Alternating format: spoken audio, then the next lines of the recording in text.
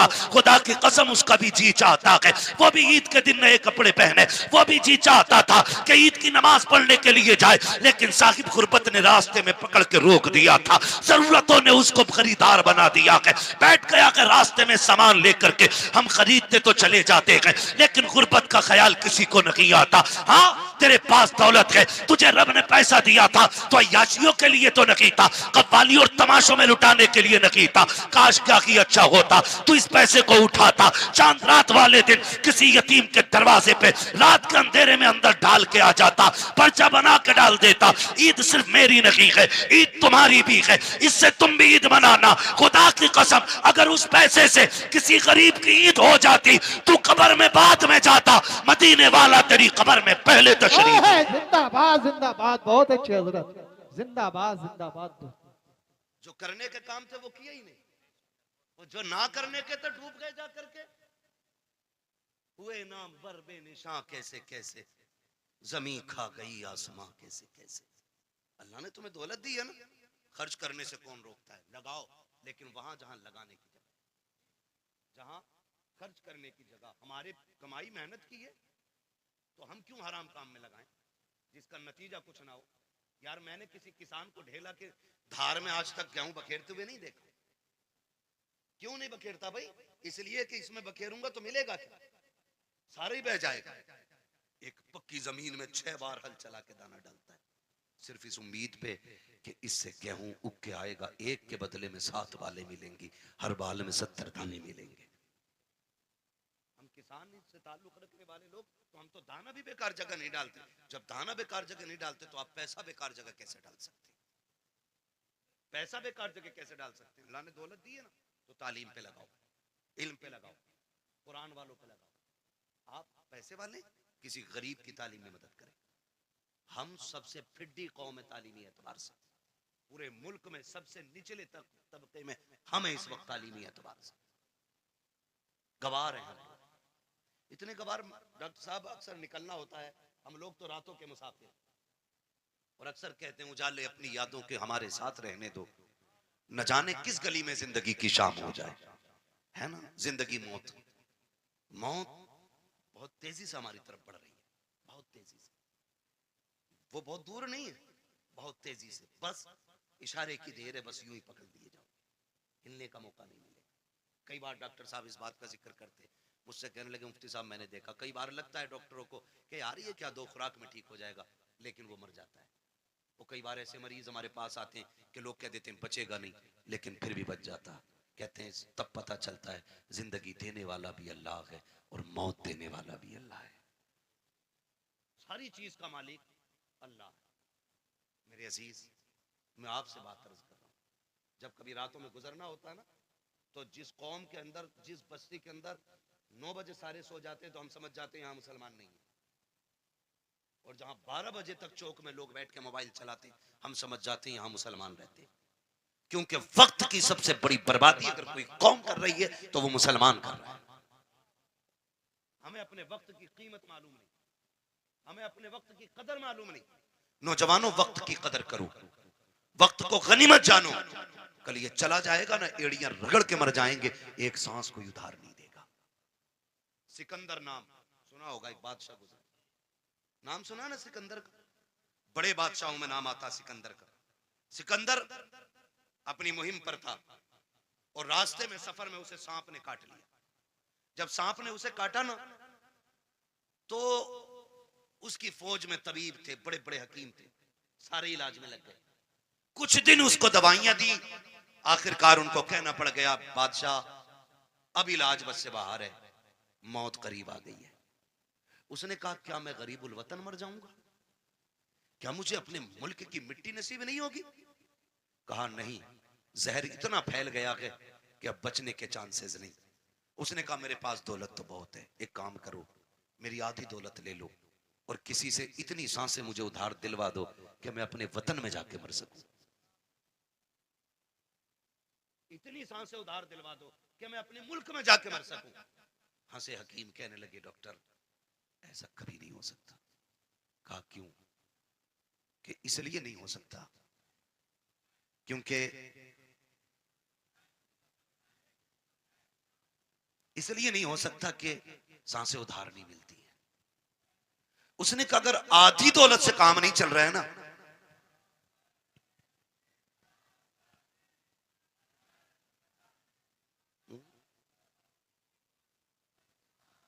अगर आधी सांसों से भी, उसने कहा अगर आधी दौलत से काम नहीं चल रहा है ना, तो कहा फिर ऐसा करो मेरी पूरी दौलत उठा लो। तवज्जो है सारे लोगों की? तवज्जो करें जरा, मेरी तरफ देखें। उसने कहा अगर आधी दौलत से सांसें नहीं मिल रही ना, तो उसने कहा मेरी सारी दौलत ले लो, मेरी सारी दौलत ले लो, लेकिन इतनी सांसें मुझे दिलवा दो कि मैं अपने वतन में जाके मर सकूं। भाई शांति से आके बैठ जाओ। उसने कहा इतनी सांसें मुझे दिलवा दो कि मैं अपने वतन में जाके मर सकूं। तो उसने कहा बादशाह, पूरी दौलत लेकर भी तुझे एक सांस कोई उधार नहीं दे सकता। उसने कहा फिर सुनो, अगर मेरी दौलत किसी काम की नहीं है ना, तो फिर एक काम करना, मैं मर जाऊं ना तो मेरे हाथ कफन के बाहर निकाल देना। क्या करना है? कफन के, बोले कफन के, मैं मर जाऊं तो मेरे हाथ कफन के बाहर निकाल जान दे। क्यों सिकंदर? उसने कहा ताकि जमाने को पता चल जाए दौलत पे भरोसा ना करना। ये सिकंदर के काम ना आ सकी तो तुम्हारे क्या काम आ सकती है। और ये भी निकाल के बता देना कि मैं वो बेवकूफ बंदा हूं जिसने सब कुछ दौलत को समझा था, लेकिन जब आया था तब भी हाथ खाली थे, और जा रहा हूं तब भी हाथ खाली है। मेरे अजीज, मौत जब आएगी ना, एक लम्हे का मौका नहीं देगी, एक मिनट का मौका नहीं देगी आपको, सीधा नहीं होने देगी। तुमने देखा होगा शद्दाद ने जन्नत बनवाई, सुना कि नहीं? शद्दाद ने जन्नत बनवाई। ख्वाब कितने बड़े थे कि पूरी जिंदगी ऐश की जिंदगी जन्नत में गुजारूंगा, लेकिन जब मरा ना तो जमीन व आसमान के बीच में लटका हुआ था। और ये भी आता है कि एक पैर जन्नत के बाहर था और एक पैर अंदर था। अल्लाह ने कहा खींच लो रूह, इसे इसकी औकात पता चल जानी चाहिए, इसे इसकी हैसियत पता चल जानी चाहिए। नमरूद कितनी बड़ी ताकत का मालिक था, इतना बड़ा ताकतवर के खुदाई का दावा कर बैठा। अल्लाह ने एक मच्छर से मरवा दिया ताकि दुनिया को पता चल जाए सबसे बड़ा खुदा अल्लाह है, सबसे पावरफुल सिर्फ खुदा की जात है। और उसके उसूल से बगावत करोगे तो कोई बचाने वाला नहीं होगा, कोई बचाने वाला नहीं होगा। माफ कीजिएगा, मैयतें होती हैं कि नहीं होती? होती है मैयतें, दफन में जाते हैं सारे लोग, जाया करो, जाया करो, पढ़ी नहीं की, पता चल जाए इंतकाल हुआ है किसी का, कहीं भी पहुंच सकते हो। ईमान के साथ बंदा गया तो जरूर जाया करो। अगर वो नेक होगा तो अल्लाह उसके सदके में तुम्हें बख्श देगा, और अगर तुम नेक होगे तो अल्लाह तुम्हारे सदके में उसे बख्श देगा। ये किया करो। और अब तो माफ करना, जनाजे भी ना जनाब, जनाजे भी अब तो बदले का बदला है, जनाजे भी बदले का बदला है। हमारे अब्बा के में आओगे तो तुम्हारे अब्बा के में आएंगे, तुम नहीं आओगे तो हम नहीं आएंगे। ये बात क्लियर? तुम आओगे तो हम आएंगे, और तुम नहीं आओगे तो हम नहीं आएंगे। बता सवाब किसे मिला? किसी को ही नहीं, दंगवारा कर गए। हाँ भाई, एक थप्पड़ तूने मार लिया, एक हमने मार, बात है बराबर हो गई ना। तो अब जनाजे भी खुदगर्जी में हम लोग जा रहे हैं। और माफ कीजिएगा, जनाजा अमीर का होता तो भीड़ देखने मिलती है, और जनाजा गरीब का होता तो लोग कंधा भी नहीं देना चाहते। जन्नत दौलत और गुर्बत पे टिकी हुई नहीं है, ये याद रखना। अगर ये लगता है कि अमीर के जनाजे को कंधा देने में ज्यादा सवाब है तो ये सबसे बड़ा धोखा है। मैं तो कहता हूं कंधा उसे जाके जल्दी दिया करो जिसे कोई कंधा देने तैयार ना हो, उसे पहले कंधा दिया करो दौड़ के, जिसका जनाजा कोई उठाने वाला ना हो। क्योंकि तुम नहीं जानते हो, जिसके जनाजे को भीड़ लगी है ना, लगता है ये दिखावे करके गया है, हमारे जैसा उसका शोहरा टीप टाप रही होगी, लेकिन जिसे कंधा कोई नहीं दे रहा है ना, तो समझ जाओ हो सकता है इसने रातों में इबादत की हो, इसने तब रब को आवाज दी हो जब कोई ना देख रहा हो, इसलिए लोग इसे कंधा देने तैयार नहीं। तो फैसला जो है ना भीड़ का, ये अंदाजा लगाना कि कंधा उसको दौड़ के दो जिसे कोई कंधा ना दे रहा हो, मिट्टी दो। अब तो वक्त नहीं है, माफ कीजिएगा, हालात ये हो गए कि जनाजे को मिट्टी देनी तो बड़ी बात है, नमाज पढ़ के आधे निकल लेते।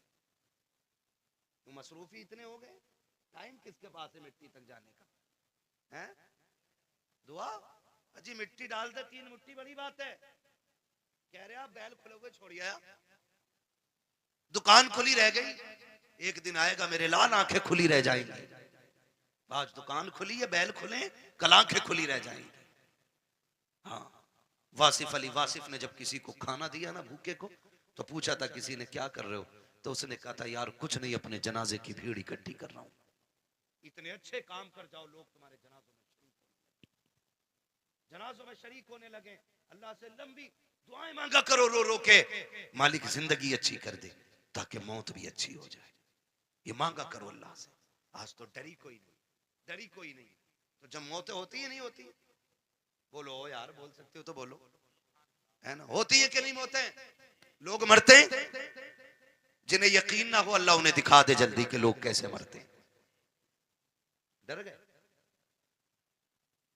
लोग मरते हुए देखें कि नहीं? बोलो यार, जोर से बोल दोगे तो कोई मुंह का रसगुल्ला नहीं गिर जाएगा। मरते हुए देखे ना लोग? मौत के भी अलग अलग तरीके। रूह जब निकलती है ना, इधर से निकलना शुरू होती है और ऐसे निकलती हुई आती है, घुटनों में आती है ना तो रूह फिर अटकती है, फिर नेकियां काम होती आती हैं ना तो फिर रूह निकलती है, फिर कमर में जाकर रूह अटक जाती है, फिर नेकियां सहारा देती हैं तो फिर रूह पर चलती है। फिर सीने का जो मंजर होता है ना, वो बड़ा मुश्किल होता है। जब सीने में रूह अटकती है ना आकर के, तब इंसान को याद आता है कितने पाप किए थे और कितनी नेकियां की थी।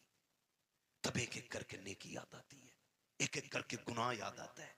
फिर सोचता है काश कुछ ऐसा कर लेता कि जो कब्र के उजाले का भी इंतजाम हो जाता।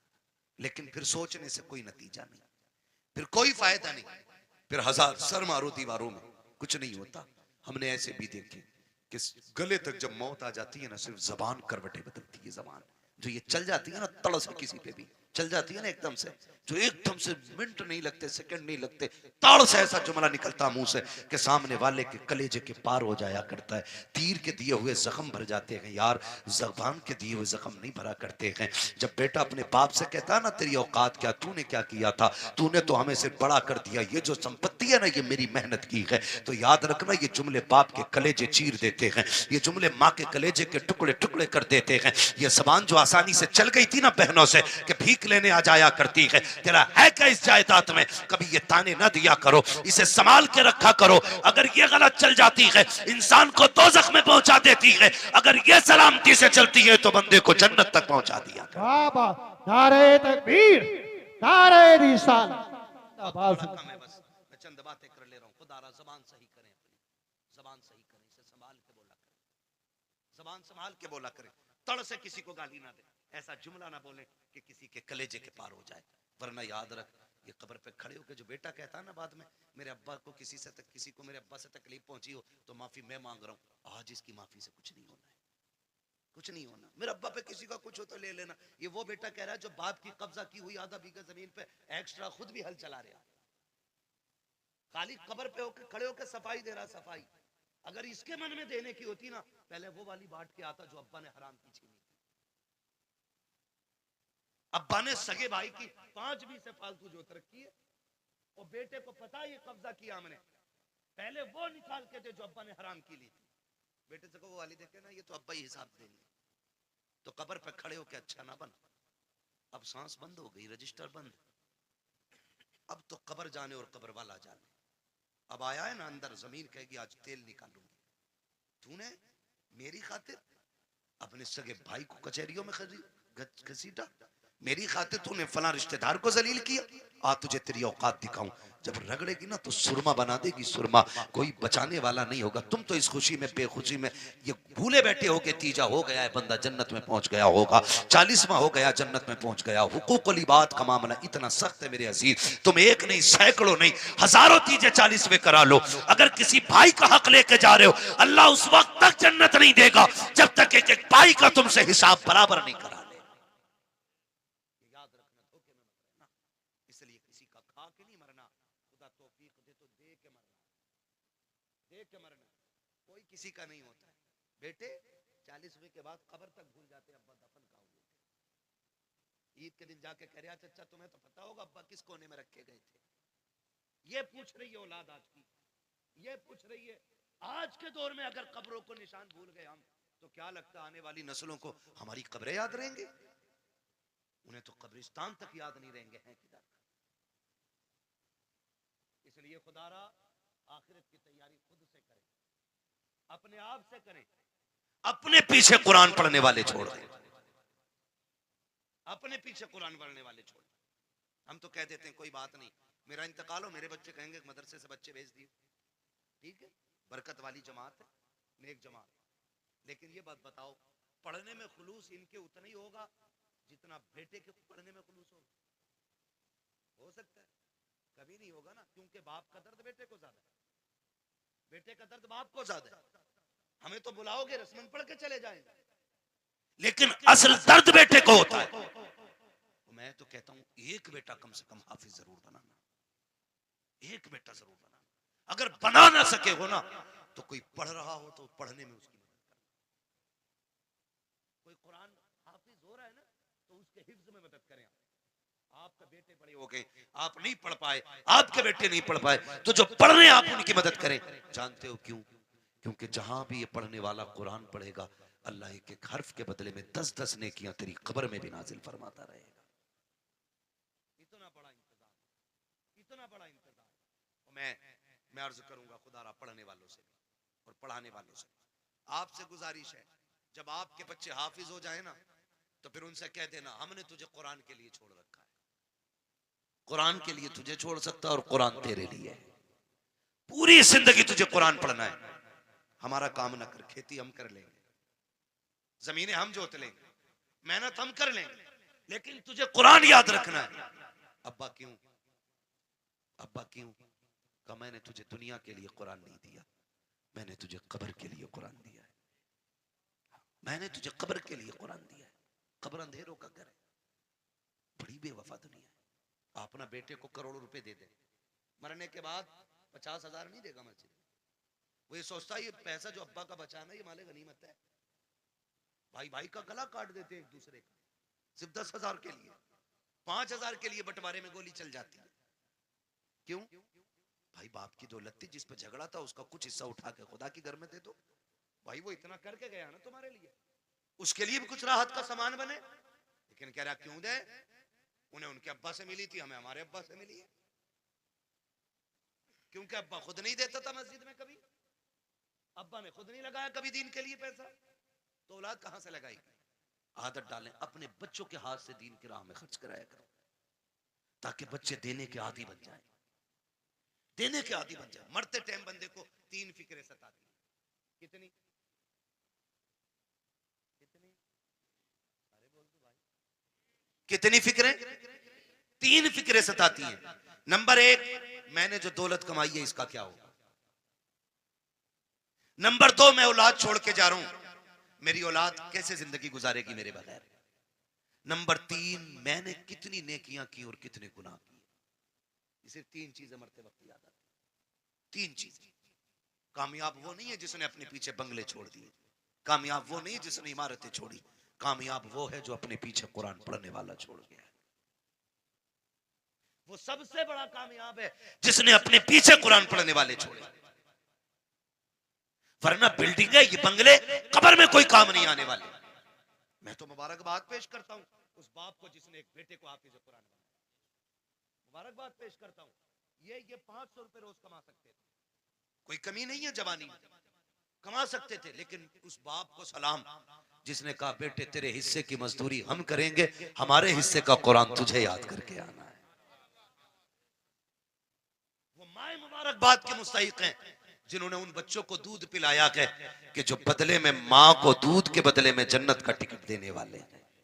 वो बहनें मुबारकबाद के मुस्तहिक हैं जिन्होंने ऐसे भाइयों की खिदमत की है कि जो बहनों को बदले में जन्नत के जाने का रास्ता आसान करेंगे। ये मुबारकबाद के मुस्तहिक है माँ बाप। आज होता क्या है, आज जवान हो जाए बेटा और माँ बाप को दौलत का लालच पड़ जाता है। उन बापों को सलाम करता हूँ जो पूरी जिंदगी बच्चों को कुरान के नाम वक्फ कर देते हैं। और क्या मिला इनके बदले में? पूरी जिंदगी बाप मजदूरी करता रहा, कुछ भी तो नहीं मिला। बेटा कुरान पढ़ता रहा, कोई सिला नहीं मिल सका। बस किस दिन के इंतजार में, काश मैं मरूंगा तो इसका कुरान काम आएगा, ये बेटा काम आएगा। बेटों से भी गुजारिश है, सुनो भाइयों, अगर रब ने तुम्हें कुरान की दौलत दी है, बाप ने मेहनत मजदूरी करके तुम्हें कुरान का कारी बनाया है, तो मेरी बात कान खोल करके सुन लेना। जब दुनिया बाप के जनाजे में जा रही हो, तुम भी जनाजे में जा रहे होगे, लोग आखिरी तख्ता दे करके बड़ी तेजी से मिट्टी डाल के लौट आएंगे। कोई कहता कि गर्मी ज्यादा है, खड़ा नहीं हुआ जाता है, कोई कहेगा सर्दी ज्यादा है, ठंड लग रही है, ये कह के लोग पलट आएंगे। कब्र में तुम्हारा बाप अकेला रह जाएगा। तो तुम्हें खुदा का वास्ता, एक कुरान पढ़ने वालों, तुम्हें उठ के नहीं आना है। जब सारे चले जाएं, तुझे बाप की कब्र पे बैठना है और कहना है अब्बा पूरी जिंदगी तूने कुरान पढ़ाया, खुद मजदूरियां करता रहा, मेरे हिस्से के धक्के तूने खाए हैं, मेरे हिस्से की गालियां तूने सुनी है, कभी चैन से सो ना सका, रात को ओवर टाइम ड्यूटी इसलिए करता रहा ताकि मैं कुरान ठीक से पढ़ सकूं, मैं कुरान का कारी बन गया। फिर भी तुझे जरूरत मजदूरी के अड्डों पे ले जाती रही, तुझे फिर कुरान पढ़ने की मोहलत ना मिली, मुझे मदरसों ने फुर्सत ना दी, तुझे जरूरत बाजार ले गई, तू मजदूरियां करता रहा। जो कुरान तूने पढ़ाया था, एक बार बैठ के पूरा कुरान न सुन सका। अपने बाप की कब्र पे बैठना और कहना अब्बा आज तू भी फुर्सत से है, मैं भी फुर्सत से हूं। जब दुनिया बिरयानी के लिए लड़ रही हो, तुम अपने बाप की कब्र पे बैठ जाना, अलहम्द के अलिफ से लेके वन्नास की सीन तक पूरा कुरान पढ़ के उठना। अब्बा से कहना अब्बा आज मैंने तेरी मेहनत का हक अदा किया है, कसम खा के कहता हूं, इधर कुरान की तिलावत मुकम्मल होगी, उधर कब्र में खुदा की रहमतों का नुज़ूल होना शुरू। नारे तकबीर, नारे रिसालत, बस लगे आला हजरत उलमाए सुन्नत, ख्वाजा का हिंदुस्तान, मिलक्का सुन्नी मुसलमान, हजरत अल्लामा मुफ्ती अब्बास साई किबला जिंदाबाद जिंदाबाद। करेंगे इंशाअल्लाह, पढ़ाएंगे बच्चों को कुरान, वादा करें इंशाअल्लाह। कितना है मैं कुरान, लोग समझते नहीं, लोग समझते नहीं है। मैं अभी 10 मिनट और हैं, कहें तो मैं थोड़ी कड़वी बात और कह दूं। पहले वादा करो इंशाअल्लाह कुरान से प्यार करेंगे, बच्चों को पढ़ाएंगे इंशाअल्लाह। अगर हम पढ़ने और पढ़ाने के लायक नहीं तो पढ़ने वालों की इज्जत करेंगे इंशाअल्लाह, करेंगे इंशाअल्लाह। कुरान कितना अहम है, बस चंद बातें और सुन, 11:15 हो गए। हाँ, तवज्जो करें। उम्र, हर जिंदगी की, हर शख्स की जिंदगी के 3 मरहले, अगर अल्लाह लंबी उम्र दे तो।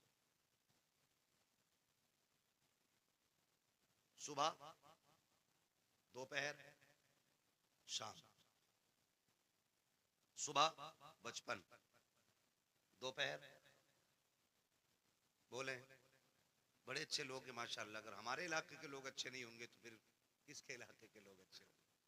समझ गए? सुबह, सुबह, सुबह, दोपहर, शाम।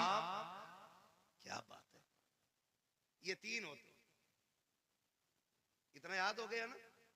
सुबह बचपन होता है, दोपहर जवानी होती है और शाम बुढ़ापा होता है। सुबह के बाद उम्मीद होती है दोपहर आएगा, दोपहर के बाद उम्मीद होती है शाम आएगी, लेकिन शाम के बाद उजाले का फिर कोई पहर नहीं होता। फिर आगे रात ही रात, फिर जो सूरज निकलेगा एक नई जिंदगी का आगाज होगा, नया दिन यानी कि नई नस्ल, फिर वो एक नई नस्ल का आगाज होगा। आप जानते हो बचपन इतना खूबसूरत होता है कि कब गुजर गया पता ही नहीं चलता, और लोग आखिरी सांस तक कहते हैं काश बचपन फिर से लौट आता। बचपन इसलिए भी खूबसूरत होता है क्योंकि जिम्मेदार बाप होता है। यही क्लियर है ना? गलत तो नहीं बोला ना मैंने? बचपन इसलिए खूबसूरत होता है क्योंकि सर पे हाथ रखने वाला बाप होता है। इसलिए खूबसूरत होता है कि बचपन हम बाप की मर्जी से जीते। जवानी खूबसूरत होती भी है और ना भी होती है। जवानी उन बच्चों की खूबसूरत होती है जिनकी जवानी भी माँ बाप की मर्जी से गुजरती है। ठीक है जी? जवानी उन बच्चों की अच्छी होती है जिनकी जवानी माँ बाप की मर्जी से गुजरती है, और बुढ़ापा दुनिया कहती है बुढ़ापा बुढ़ापा। वजह जानते हो?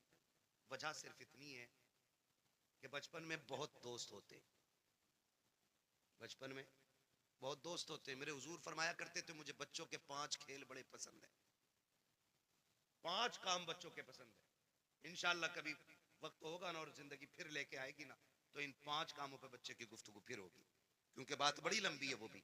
बस जो मैं कहना चाह रहा हूँ ना चाचा, फिर वो रह जाएगा अधूरा मसला, है ना। बस मेरी बात पूरी हो जाए, अल्लाह करे इस बीच में। तो बचपन में ना बहुत सारे यार मिल जाते हैं, हम जोली बच्चे इतने इतने आजाद होते हैं। अम्मी कहती है ला बेटे जल्दी जा, चाय खोल गई है, पत्ती नहीं है, जल्दी लेके आ। गया सुबह चाय की पत्ती लेने, दोपहर के टाइम लौट रहे। हाँ? ये बचपन है, और इसी को बचपन कहते हैं। ये आजाद जिंदगी है, पके ना पके चाय, हम तो तमाशा देखेंगे। बच्चे गए, कोई आ गया डुगडुगी वाला, वहीं लग गए। अब अम्मा परेशान है, चाय दोपहर तक पकती रही। ये है ना, ये आजादी होती है बचपन की। और बचपन के यार बड़े सच्चे होते हैं। अभी लड़ेंगे, कल किसी पंचायत के बगैर फिर एक हो जाएंगे। ना कोई मुकदमा, ना कोई बहस, ना कोई पंच, ना कोई पंचायत। आज लड़के गए थे, सुबह फिर गले मिल जाते। इतना आजाद बचपन। और जवानी, जवानी में जिसके पास पैसा है उसके 1000 यार है। बस समझ गए ना, 2 चीजें, वक्त और पैसा। जिसके पास है ना उसके 1000 यार मिलेंगे। यानी यार उन्हीं के ज्यादा मिलेंगे जो बर्बाद हैं खुद भी और दूसरों को भी बर्बाद करेंगे। ये दूसरे लफ्ज मैंने बोले। भाई जिसके पास फालतू वक्त है, कोई काम नहीं है, तो वो दूसरों को भी ठलुआ बना के बैठाएगा। जो बंदा 4 पैसे कमाता, कई काम से लगता, बच्चों को हलाल रोजी खिलाता, दुकान बंद, वो भी बैठा उसके साथ। और बातें चौक में बैठेंगे, करे किसकी बन रही है अब के, उसकी इतनी सीटें निकल रही हैं, नहीं नहीं अब के उसकी बनवा रहे हैं हम। जिससे अपना घर नहीं चलता वो मुल्क चलाने की बात करता है। सही कह रहा हूं, ये फालतू की बातें नहीं है तो और क्या। ठलुए लोग, चाय बिगाड़ने वाले लोग, चौक में बैठ के अपना भी वक्त बर्बाद करते हो, दूसरों का। खैर इधर नहीं जाना है, बस इतना बताना चाहता हूं, जवानी में भी 1000 यार हो जाते हैं। एक सबसे तन्हा उम्र आती है बुढ़ापे की उम्र, जिसमें गैर तो गैर अपने भी साथ नहीं निभाते, अपने भी साथ नहीं निभाते। सगा बाप बैठा है, सगा बाप, बेटा सुबह उठा, ड्रेस पहनी, मोबाइल हाथ में लिया, कुनमुना किया और निकल लिया। बाप मुंह देखता रह गया, रात सांस उखड़ रही थी, सुबह बेटे से दवा मंगानी थी, इसने तो मुंह तक नहीं छुआ, ये तक नहीं पूछा रात कैसी गुजरी, चला गया। फिर बाप सोचता शाम को आएगा बेटा, फिर बातें करूंगा। फिर शाम को बेटा आया तो मूड खराब था, माथे पे लकीरें थी, गुस्से में गुस्सा, जल्दी करो, जूता लाओ, पानी लाओ, ये लाओ, वो लाओ। बाप फिर डर गया, लगता है बाहर किसी ने टेंशन दे दी है। बाप फिर ठहर गया, उसने फिर मन की बात न कही। इसी हाल में महीने बीत जाते हैं, 2 बातें बाप बेटे से नहीं कह पाता। तुमसे हाथ जोड़ के गुजारिश करता हूं, तुम बच्चों को वक्त दो, हक है उनका, बीवी को वक्त दो, हक है उनका। रोज 10-5 मिनट माँ बाप को दे लिया करो। तुमसे वो कुछ नहीं मांगते बदले में, सिर्फ रोज शाम में बैठ के ये पूछ लो, अब्बा बता आज खाना खाया था? वो कहे खाया था। पूछ क्या खाया, अच्छा लगा कि नहीं लगा। ये पूरी जिंदगी हमसे कहते रहे, बेटे बता तुझे क्या पसंद है? बाप की मर्जी मछली की थी, हमने कहा नहीं आज हमें तो बिरयानी खानी है। बाप ने अपना फैसला कैंसिल किया कि बेटे की पसंद की बिरयानी बनाई जाए। बाप चाहता था बिरयानी बने, हमने कहा कोरमा खाना है। बाप ने अपनी पसंद कुर्बान की, कहा बेटे के लिए कोरमा बनाओ। आज जब बाप बूढ़ा होकर के बैठ गया है, बेटा क्यों नहीं पूछता है अब्बा बता तेरी पसंद क्या है? आज वो बनेगा जो तू चाहेगा, आज वो बनेगा जो तू कहेगा, आज वो बनेगा जो तेरी पसंद होगी। कसम खा के कहता हूं, खाने ऐसे बनवाया करो, तुम्हारा मालिक इतनी दौलत नहीं देगा जितना तुम्हारा खुदा इन जुमलों से तुम्हें बरकतें अता। वाह वाह वाह, सुभान अल्लाह, जिंदाबाद जिंदाबाद। बीवी बच्चों की मर्जी से रोज खाना बनता है, हफ्ते में एक दिन बाप की मर्जी से बना। एक दिन बूढ़ी माँ को कहो, अम्मा घर की मलिका तू ही है ना, आज खाना तेरी मर्जी से बनेगा, बता क्या चाहिए, बता क्या चाहिए, बस इतना पूछना माँ बाप से। और क्या तुम्हारे गुर्दे फेफड़े मांग रहे वो? बताओ, तुम्हारा दिल मांग रहे वो? ये इतने गनी लोग होते हैं यार, अपना दिल दे के औलाद का दिल बचाने की कोशिश करते हैं। मैं नहीं जानता वो बात सही थी कि गलत थी, लेकिन इतना मैंने मोतबर लोगों को भी वो बयान करते सुना कि किसी लड़की ने अपने महबूब से कहा मुझे तेरी माँ का दिल चाहिए, और उसने जाके माँ का दिल निकाल लिया, लेके गया महबूबा के पास, कल ले तूने दिल मांगा था, ले आया हूं। उसने ठुकरा दिया ये कह करके जब तू माँ का ना हो सका तो मेरा क्या होगा, मेरा क्या होगा। अल्लाह अकबर। जब इतना सुना गिरा, खड़े से गिर गया, खड़े से गिरा, माँ के दिल से आवाज आई मेरे लाल चोट तो नहीं लग गई? ये तो जान दे के भी तुम्हें बचाना चाहते हैं। तुमसे किसने कह दिया तुम्हारा दिल मांग रहे हैं? तुमसे किसने कह दिया ये फेफड़े गुर्दे मांगेंगे? सिर्फ 3 मिनट जिंदगी के दे दो इन्हें, 10 मिनट